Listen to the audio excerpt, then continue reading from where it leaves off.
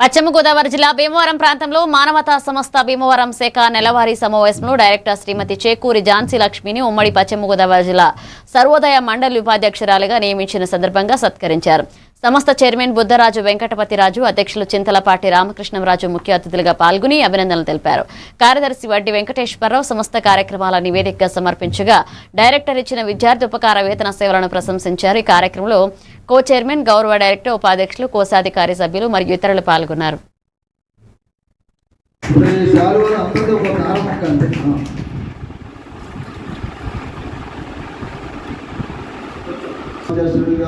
నియమితులైన సందర్భంగా ఈరోజు మానవతా సంస్థ భీమవరం శాఖ, అలాగే సర్వోదయ మండలి, ఉత్సవ ఫౌండేషన్ మరి ఈ సంస్థల ఆధ్వర్యంలో ఈరోజు వారిని చిరు సత్కారం అందించడం జరిగింది.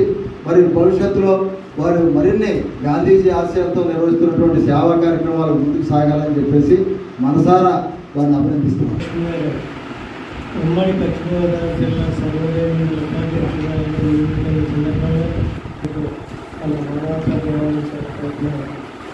ఫౌండేషన్ ఇన్ఛార్జ్ అయిన శ్రీమతి ఝాన్సీ లక్ష్మి గారికి అభినందనలు.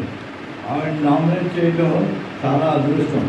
ఆవిడ ఉపాధ్యక్ష పదవికి వన్నె తీసుకొస్తారని, వన్నె తేవాలని కూడా చూస్తున్నాను.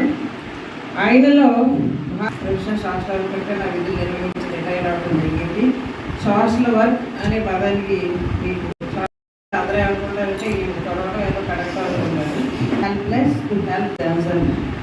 సమాజంలో అనేకమైనటువంటి శక్తియుక్తులు కలిగినటువంటి నైపుణ్యాలు కలిగిన కానీ కొన్ని కారణాల వల్ల వాళ్ళ యొక్క నైపుణ్యాలు వాళ్ళంతటా వాళ్ళు బతకలేకపోతున్నారు. అటువంటి వాళ్ళని గుర్తించి వాళ్ళంతటా వాళ్ళు ఎదిగేలాగా చూడటమే సోషల్ వర్క్ యొక్క డెఫినేషన్. నేరుగా ప్రసాదరాజు గారు